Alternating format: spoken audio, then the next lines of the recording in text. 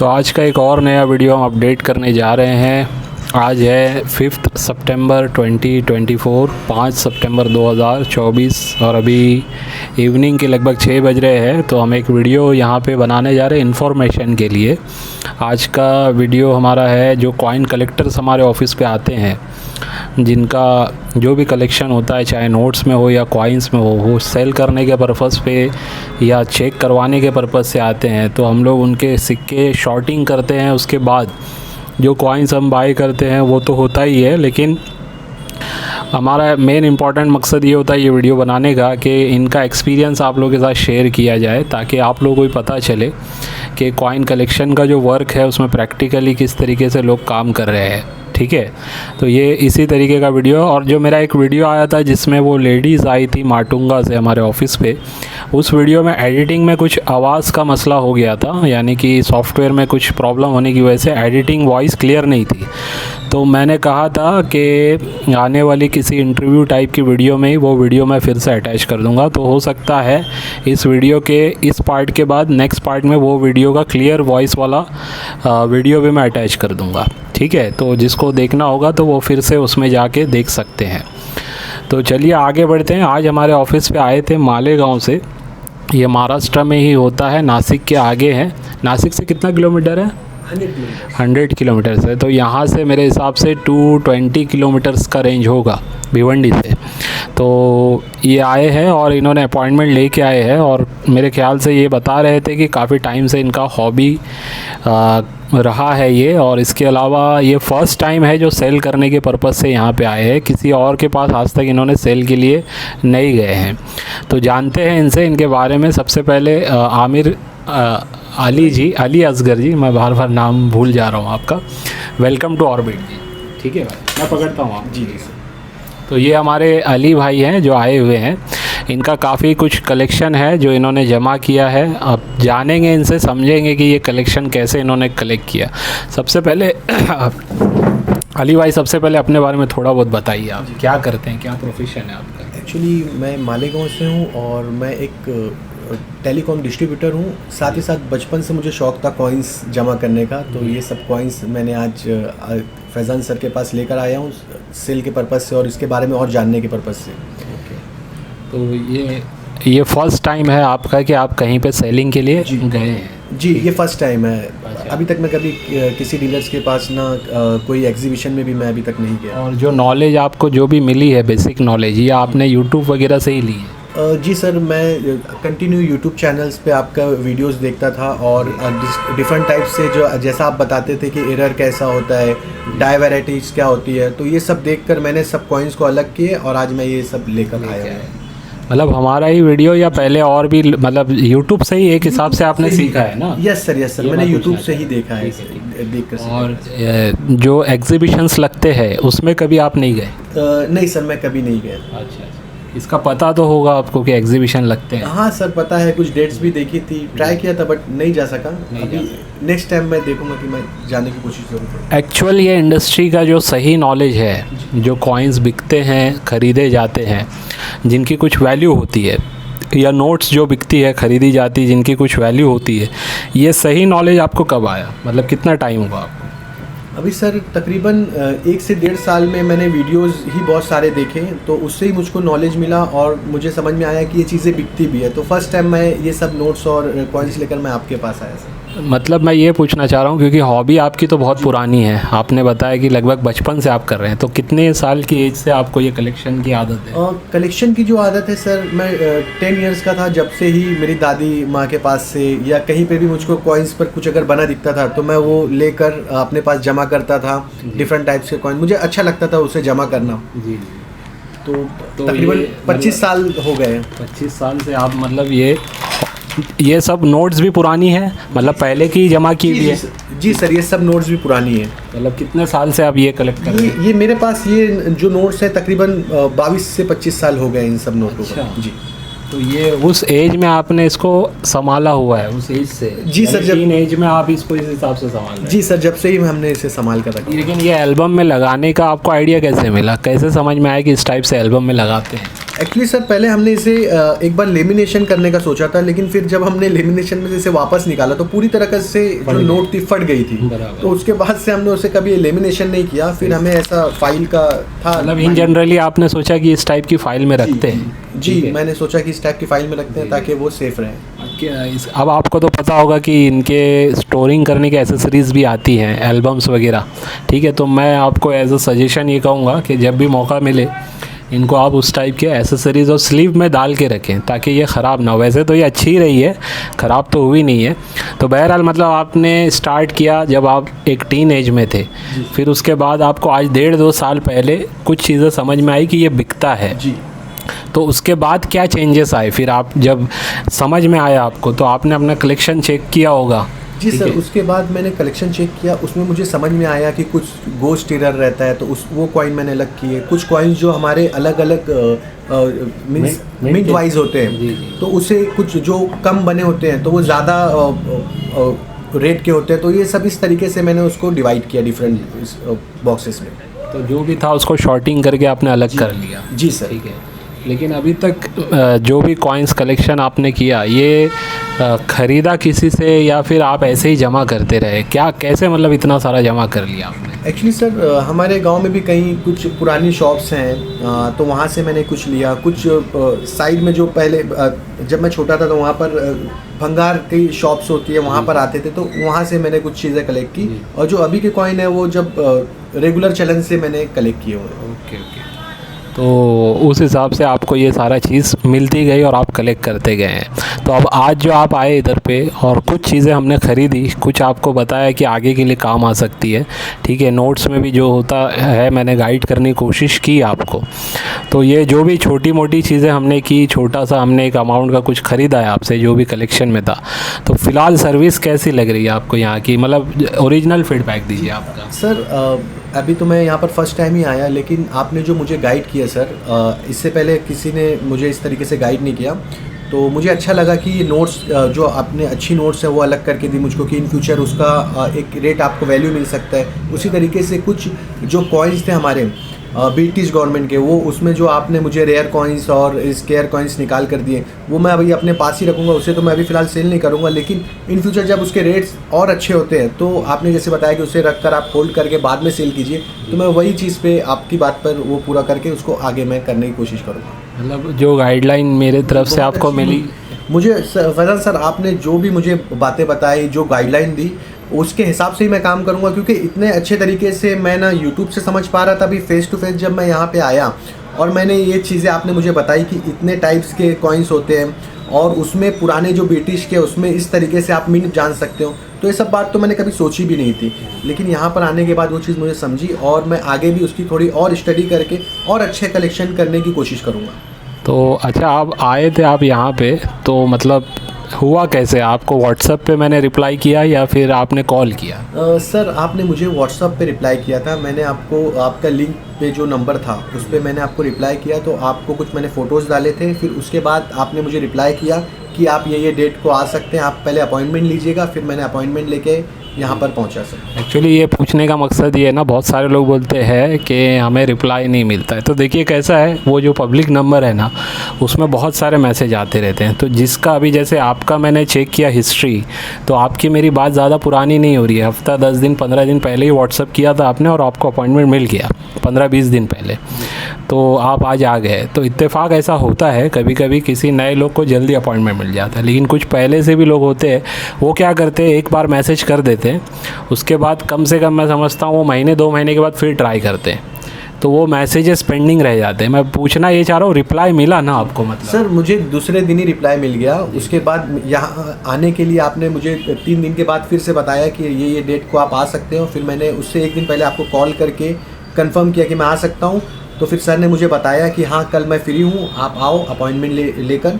तो उस तरीके से मैं अपॉइंटमेंट लेकर आज यहाँ पर पहुँचा हूँ जी। मतलब आने में फिर आपको कोई दिक्कत नहीं हुई? जी, किसी भी किस्म की दिक्कत नहीं हुई। और मुझे यहाँ पर आकर बहुत अच्छा लग रहा है कि मैं जो मैंने कॉइन्स लाया और उसके अलावा जो सर ने ये जो परचेसिंग भी की है मुझसे, तो मुझे पूरा मतलब ऐसा फील हुआ कि नहीं ये कॉइन्स सच में बिकते हैं। नहीं तो पहले मैं कभी ऐसा सोचा नहीं था। तो ये मेरा यहाँ पर आने का एक एक्सपीरियंस बहुत अच्छा रहा। चलिए बहुत बहुत शुक्रिया। वैसे आपने जो भी आपका एक्सपीरियंस बताया, हम कोशिश कर रहे हैं वीडियो शॉर्ट ही रखेंगे, ठीक है। वैसे तो बहुत सारी बातें जो हम कर सकते हैं, लेकिन ज़्यादा बड़ी वीडियो भी नहीं करनी है, क्योंकि दूसरी वीडियो भी मुझे शायद इसमें मैं अटैच कर दूँगा, ठीक है। आमिर जी, ये जो भी अभी आपने जो कलेक्शन किया है, उसको मेरा अभी गाइडलाइंस आपको ये है लाइव, जैसे मैं बता रहा हूँ कि उसमें जो स्कार श्रेणी के हैं, जो थोड़े मैंने अलग करके दिया आपको, उसको और अच्छे से मेंटेन कीजिए, ठीक है। उसको मिनट के हिसाब से, ईयर के हिसाब से मेंटेन कीजिए, उसके सेट्स बनाइए, ठीक है। और कुछ इनकम्प्लीट हो गए उसको कंप्लीट कीजिए। अगर उसमें कुछ हेल्प लगती है तो आप मुझे व्हाट्सएप पे पूछ सकते हैं, मैं आपको गाइड करूँगा, ठीक है। और सबसे इम्पॉर्टेंट बात, एक बुक आप खरीदिए, ठीक है। अगर बुक नहीं ले सकते तो एटलीस्ट PDF ले लीजिए बुक का, ठीक है। उससे आपको कम से कम मोबाइल में गाइडलाइन रहेगी, कोई भी सिक्का आपको मिलता है तो आप उसको चेक करके खुद ही देख पाओगे, ठीक है। तो ये एक मेरा सजेशन है, ठीक लग रहा है आपको तो आप नहीं सर, ये आपने बहुत सही सजेशन दिया, और मैं बहुत जल्द से जल्द बुक भी परचेस कर लूँगा, ताकि इस टाइप के कॉइन्स मैं निकाल के अलग कर सकूँ। जी।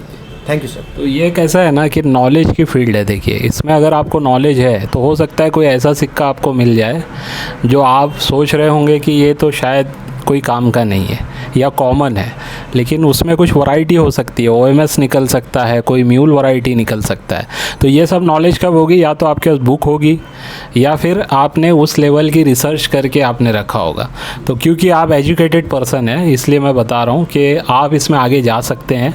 थोड़ा सा और नॉलेज लेंगे तो आपके एरिया में मेरे हिसाब से बहुत सारे लोग होंगे जिनके पास ये कॉइन होंगे। तो ये आपके ज़रिए मैं और लोगों को मैसेज देना चाह रहा हूँ कि अगर आप लोग नॉलेज लेते हैं तो आप अपने एरिया में अवेयरनेस बढ़ा के वहाँ से कॉइन लेके फिर अच्छे कॉइन्स को निकाल के आप सेल आउट कर सकते हैं, ठीक है। और लोगों को अवेयरनेस भी दे सकते हैं कि ये सिक्के इस टाइप से बिकते हैं, ठीक है। तो हमारा ये आज का मैसेज भी है कि ज़्यादा से ज़्यादा लोगों को नॉलेज लेनी चाहिए, ठीक है। चाहे वो आप YouTube से ले रहे हो या बुक लेके, लेकिन एक बुक लेना बहुत ज़रूरी है, इंपॉर्टेंट है, ठीक है। आमिर, आज के आली जी इतना आज के लिए काफ़ी है मेरे हिसाब से। Thank you sir. आपका बहुत बहुत शुक्रिया अदा करता हूँ कि आपने इतनी अच्छी नॉलेज दी, और आगे भी आप मुझे सपोर्ट करते रहेंगे, तो इसके लिए थैंक यू सर। कभी रिप्लाई नहीं भी आएगा तो थोड़ा वेट करना पड़ेगा, और 1-2 दिन के बाद फिर से मैसेज कीजिएगा, ठीक है। तो रिप्लाई मिलेगा आपको। यस सर, मैं वैसे ही करूँगा सर। थैंक यू तो सर। चलिए आज की वीडियो को बस इस पार्ट को यहीं पे एंड करते हैं। इस उम्मीद से आज के वीडियो से भी आपको कुछ ना कुछ सीखने समझने मिला होगा। इनके बारे में इनका मैं खाली आपको लोकेशन बता रहा हूँ, ये वीडियो में नहीं आना चाहते हैं, तो इसलिए हम सिर्फ बात करेंगे, वॉइस आपको सुनाई देगी, ठीक है। तो आप सबसे पहले आप आए हैं यहाँ पे, उसके लिए आपका वेलकम करता हूँ मैं जी। Thank you. तो ये बताइएगा, ये कलेक्शन आप कब से कर रहे हैं? मुझे लगभग 5 से 10 साल तक हो गया कलेक्शन करते करते, 10 साल हुए हैं। तो तभी मैंने स्टार्ट किया, तो वैसे ही स्टार्ट किया था कि ऐसा कुछ इतना पता नहीं था कि क्या वैल्यू हो सकती है इसकी। फिर तो मतलब आपने बिना जानकारी के, वैसे ही आपकी हॉबी थी? हाँ, हॉबी के हिसाब से मैंने वो हिसाब से स्टार्ट किया मैंने, और कलेक्शन करती गई और रखा था। फिर बाद में, तो बाद में कब पता चला आपको कि ये मतलब सेल भी होता है? ये मैंने पहले तो फैज़ान भाई की वो वीडियो भी देखती हूँ मैं, वो भी देखा, तभी पता चला कि ये सेल भी होता है। अच्छा। और मतलब मेरी वीडियो से पता चला या और भी पहले आपने देखा? और भी पहले देखा था वीडियो, लेकिन फिर इतना वो कुछ उसमें जमा नहीं, लेकिन इधर फैज़ान भाई का देखा तो फिर लगा कि सच में कुछ सेल होगा, कि ये कुछ इसकी वैल्यू है। मतलब आपको हमारे थ्रू थोड़ा सा प्रैक्टिकल दिखा आपको बाइंग सेलिंग का। मेरे वीडियो में भी आपने देखा होगा, काफ़ी लोग बेचने आते हैं, ख़रीदते हैं, तो उससे थोड़ा सा आपका कॉन्फिडेंट बढ़ गया। हाँ, तभी पता चला और कॉन्फिडेंट भी बढ़ गया, और इसके लिए मैं इधर आई भिवंडी के देखने के लिए, प्रैक्टिकल। हाँ, प्रैक्टिकल। और आपका कलेक्शन दिखाना था आपको। हाँ जी। अच्छा, दूसरा जो आपने परचेसिंग फिर स्टार्ट किया एज अ इन्वेस्टमेंट टाइप जो लोग करते हैं, ठीक है, या फिर आप बोल लीजिए एज अ हॉबी भी जो करते हैं, तो ये फिर कैसे, क्या मतलब माइंडसेट में आपके आया कि मैं इसको ख़रीदूँ? इसका मतलब आपको सिर्फ हॉबी के हिसाब से करना था या इन्वेस्टमेंट के हिसाब से भी करना था? पहले तो मुझे हॉबी के हिसाब से ही करना था, लेकिन अभी थोड़ा स्टार्ट किया है इन्वेस्टमेंट के हिसाब से। फिर थोड़ा इन्वेस्टमेंट करके फिर देखते हैं। अच्छा, तो इससे कुछ अभी फ़ायदा हो पाया है आपको इन्वेस्टमेंट करने से? मतलब या पहले आपने जो लिया है उसकी प्राइसिंग बढ़ी है कुछ? हाँ, प्राइस बढ़ी है सब कॉइन्स की, जो पहले लिया है वो भी, और अभी जो लिया है उसका भी प्राइसिंग बढ़ी है। और कितना ड्यूरेशन में ये प्राइस बढ़ता हुआ दिखा आपको? कितने साल, यानी कि आपने कब लिया था और अब मैंने लिया था 10 साल पहले और अभी प्राइस बढ़ा है। काफ़ी बढ़ गया 10 साल पहले के हिसाब से तो काफ़ी बड़ा होगा। लेकिन जैसे आपने मेरे ख्याल से मुझसे भी 1.5-2 साल से कुछ कॉइन खरीदे हैं, तो उसमें भी कुछ इंक्रीमेंट देखने मिला आपको? हाँ, उसमें भी प्राइस बढ़ा है सबका। जो भी लिया वो फैज़ान भाई ने जो रेकमेंड किया था, बोले थे, जो लिया मैंने सबका रेट बढ़ा है। मतलब आपका इन्वेस्टमेंट कहीं ना कहीं फ़ायदे में है। हाँ जी, फ़ायदा है। अच्छा, इसमें इनका एक मैं थोड़ा सा बता दूं कि कितने लकी रहे हैं ये इस मामले में। ये महात्मा बसवेश्वरा का कॉइन आप देख रहे हैं, ठीक है, ये कॉपर निकल का कॉइन है, ठीक है। अब ये जो कॉइन होता है ना, ये जनरली इसकी वैल्यूएशन कॉपर निकल के कॉइन की आज के टाइम में यूएनसी कंडीशन में 100 रुपया है, ठीक है। लेकिन ये इनको हुआ ये कि इन्होंने पाउच ख़रीदा और पाउच में कितने कॉइन निकले आपके पास एम मिंट वाले? एम मिंट वाले में मेरे पास 4 पाउच में से 4 कॉइन निकले, 4 कॉइन्स। देखिए, आप सोचिए, मैंने अभी तक समझ लिया 8-10 पाउच मैंने इसके खोले होंगे, उसमें से आज तक मुझे एक भी नहीं मिला है जो कि सील्ड पाउच होते हैं ना, वो वाले। लेकिन ऐसा भी होता है कभी कभी लकीली कि मिल जाता है। तो इनको इस केस में ये मिले। और ये कब की बात होगी जो मिला आपको? ये अभी 5 साल पहले की बात होगी शायद। तो वो टाइम पे एम मिंट का आपको पता चल गया था कि एम वाले होते हैं? नहीं, तभी एम मिंट का पता नहीं था। बराबर है। ये कब पता चला आपको एम मिंट के बारे में? ये अभी लास्ट अराउंड 1.5 साल से। हमारे चैनल पे भी देखा होगा आपने। आपके चैनल पे पहले देखा, तभी पता चला। उस टाइम पे मुझे याद है जब मैंने फर्स्ट टाइम बेचा था 1-1.5 साल पहले, तो 1500 या 1800 में बेचा था। लेकिन आज इसकी वैल्यूएशन काफ़ी ऊपर है। तो उस हिसाब से अच्छा, पाउच कितने में लिया होगा आपने पूरा पाउच? पाउच अराउंड 750 या 750 में। मतलब एक कॉइन 750 रुपये के हिसाब से मिला आपको, 7.5 रुपये के हिसाब से, ठीक है। और आज के टाइम में देखिए, अगर सिंगल कॉपर निकल का बिना एम वाला भी ये सेल करते हैं नॉर्मली, तो इनको कोई ना कोई रीसेलर ही मैं समझता हूँ 60 रुपीज़ ईजिली दे देगा, ठीक है। आगे फिर वो अगर सेल करेगा तो 80 या 100 रुपीज़ में सेल करेगा बायर्स को, ठीक है। तो 7.5 रुपये का आज के टाइम में अगर 70 रुपया मिल रहा है या 75 मिल रहा है, तो 5 साल में लगभग 10 गुना हो गया। हाँ, बराबर है। और जो एम वाले हैं इनका तो समझ लीजिए 2500 के ऊपर ही प्राइस है। डबल से भी ऊपर हो गया। डबल से ट्रिपल। हाँ, ट्रिपल। तो ऐसे भी इन्वेस्टमेंट में कभी कभी आपके लक वाले फ़ायदे भी हो जाते हैं, ठीक है। अब इनके बारे में थोड़ा सा बताइए। ये डुप्लीकेट जो कॉइन आपने ले लिए, ये कैसे आपने, मतलब क्या इसको कब ख़रीदा, कितना टाइम हुआ और क्या सोच के ख़रीदा आपने? इसको भी खाली वो देखा और मुझे अच्छा लगा और कुछ ये पता नहीं चला कि ये डुप्लीकेट है कि क्या है। वैसे ही मैंने ख़रीद लिया था लगभग 5 साल पहले वो ये तो।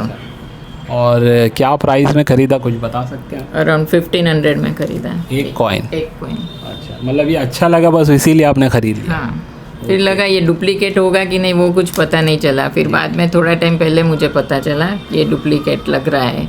तो मैं इधर फैज़ान भाई को दिखाने को लाई हूँ, तो बोलते हैं बराबर है, डुप्लीकेट है ये कॉइन। ये देखिए 8 आना है 1919 का, ठीक है। और ये भी ऐसे नॉर्मली अगर ये ओरिजिनल होता तो इस कंडीशन में कम से कम 8-10 हज़ार का होता ये, ठीक है। 1920 का तो एक्सट्रीमली रेयर है, लेकिन ये भी एक डुप्लीकेट कॉइन है। इसको भी 1500 में ख़रीदा आपने या नहीं? उसका ध्यान नहीं है। अराउंड 500 के 800 ऐसा कुछ होगा। अच्छा, इसको जब खरीदा आपने तो ये वैल्यूएशन है ऐसा सोच के खरीदा या नॉर्मली ऐसे ही खरीदा? ऐसे ही खरीदा था। अच्छा। बस मुझे इंटरेस्ट था, शौक था इसके लिए। अब देखिए, बुल वाला कॉइन है 1950 का, ठीक है। ये वाला भी कॉइन जो है डुप्लीकेट है, ठीक है। अब इसमें तो वैसे 55 में भी डुप्लीकेट आता है, फर्स्ट कॉपी जिसको बोलते हैं, या डुप्लीकेट कॉइन, वो एक्सट्रीमली रेयर है आज के टाइम में, तो उसके ज़्यादा डुप्लीकेट बनते हैं। लेकिन देखिए 1950 में भी ये एक हमें डुप्लीकेट कॉइन देखने मिल रहा है। तो ये सब मतलब वहीं से ख़रीदे जहाँ से आप मतलब रेगुलर ख़रीदती रही? हाँ, उधर से ही खरीदे। अच्छा। तो इसका मतलब ये है कि जस्ट आपने हॉबी के हिसाब से ख़रीदा, लेकिन उसमें अब पता चल रहा है आपको कि ये डुप्लीकेट है। लेकिन अगर ये ओरिजिनल होते ना तो इनकी वैल्यूएशन 1500 के ऊपर ही आपको मिल जाती। मतलब एक एक कॉइन की वैल्यूएशन अच्छी खासी मिलती, खास करके ये वाले की 1919 के, ठीक है। तो अब यहाँ पे आप आए, जो चीज़ें मैंने आपको गाइड की बताई, उसका आपको कैसा लगा? मतलब यहाँ पे आपको ठीक लगा? हाँ, बराबर है, अच्छा लगा सब कि बराबर ठीक है, जेन्युइन है सब। अच्छा। और अच्छा लगा।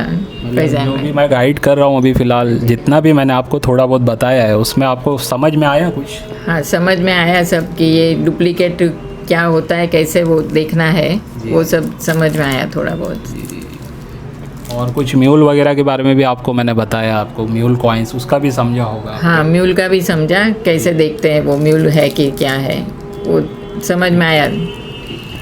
तो चलिए एक कुछ मैसेज, आप जैसे अभी आप खुद लेडीज़ हैं, कलेक्शन कर रहे हैं, तो काफ़ी लेडीज़ लोगों के पास पैसे तो आते जाते रहते हैं, तो आपका क्या बोलना है कि ये हॉबी करना चाहिए, फ़ायदेमंद रहेगी उनके हाँ, ये लेडीज़ को भी ये करना चाहिए, कलेक्शन करना चाहिए कॉइन्स का, और सब वो गाइडेंस लेके, सबका ज़रा गाइडेंस लेके भी करना चाहिए, और वैसे भी करके आप दिखा भी सकते हैं कि कैसा कॉइन बराबर है कि नहीं। सब कॉइन का कलेक्शन करना चाहिए। हाँ, मतलब अगर नहीं भी ज़्यादा समझ में आ रहा है तो एटलीस्ट कलेक्शन करके आप किसी को चेक करवा सकते हैं, लेकिन वो फ्रॉड लोगों से बचना चाहिए, वो भी। हाँ, फ्रॉड लोगों से बचना चाहिए। और वो ध्यान में रखना चाहिए, सब लाखों देते हैं, उसका सब भी वीडियो बहुत आता है यूट्यूब पे, लेकिन वो सब गलत है। ये फैज़ान भाई का सब जेन्युइन है सब, और ऐसे भी है और भी लोग हैं ऐसे जो जेन्युइन काम करते हैं, एग्जीबिशन में भी मिलेंगे आपको। लेकिन फ्रॉड लोगों से बचना है। हाँ, फ्रॉड लोगों से बचना है और ध्यान से करना है, लेकिन ये फ़ायदेमंद है। हॉबी के हिसाब से करो या इन्वेस्टमेंट करते हैं तो भी आगे तो फ़ायदा ही होने वाला है।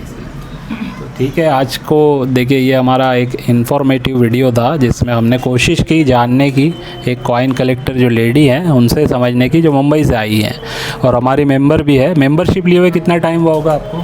मेंबरशिप लिए शायद एक साल। और वैसे आप मुझसे परचेसिंग कितना, 2 साल हुआ है? परचेसिंग को 2 साल हो गया, 2-2.5 साल हुआ होगा। मतलब पहले इन्होंने परचेज़ करना स्टार्ट किया, फिर उसके बाद मेंबरशिप ली। तो ऐसा क्यों आपको लगा कि मेंबर बनना चाहिए, कुछ क्या वजह लगी? नहीं, मुझे सब बराबर ठीक लगा, इसके लिए हुआ कि मेंबर बनेंगे तो थोड़ा ज़्यादा भी नॉलेज मिलेगा और फ़ायदा होगा थोड़ा। मेन मतलब नॉलेज के लिए आपने, नॉलेज के लिए किया सब।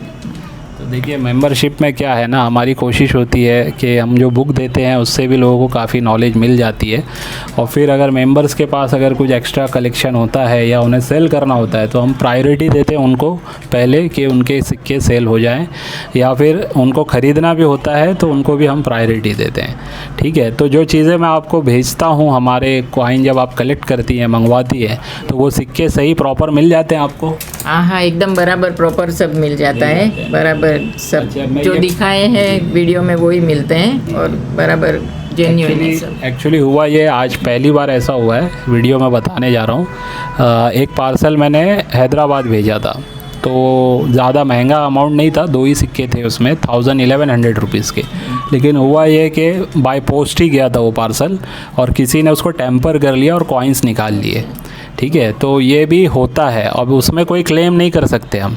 हाँ, लेकिन आपके पास अगर पार्सल सही से मिला है तो उसको जब भी आपको मिले तो आप अनबॉक्सिंग करते हुए एक वीडियो ज़रूर बनाएं, भले वो 1000 रुपये का कॉइन हो या 10,000 के हों या 50,000 के हों। उससे क्या होता है, देखिए एक चीज़ और हुई है आज, वही बताता हूँ। 2 चीज़ हुई, एक तो टेम्पर हो गया, एक चीज़ ऐसी हुई कि मुझसे ही एक कॉइन पार्सल मैंने भेजा और उसमें कॉइन डालना ही मैं मिस कर गया। एक ही कॉइन था वो, और मुझे लगा शायद मैंने डाल दिया है। ठीक है, तो वो पार्सल एम्प्टी गया उनके पास, लेकिन उन्होंने क्या किया, उसका अनबॉक्सिंग का वीडियो बनाया। तो उन्होंने जब भेजा तो फिर मैं भी बोल दिया कि हाँ सही है, तो अब मैं उनको वो दूसरा कॉइन भेजने वाला हूँ। ठीक है, तो आप सभी लोगों के लिए ये मैसेज है कि इस टाइप से अगर आप किसी से भी ख़रीद रहे हैं तो ये बात का भी ध्यान रखना है। तो चलिए, बहुत बहुत शुक्रिया आपका आने के लिए। हाँ, थैंक यू। हाँ, थैंक यू। तो ये वीडियो को बस यहीं पे एंड करता हूँ, इस उम्मीद से कि आज की वीडियो से भी आपको कुछ ना कुछ सीखने समझने मिला होगा। चलिए, बाय।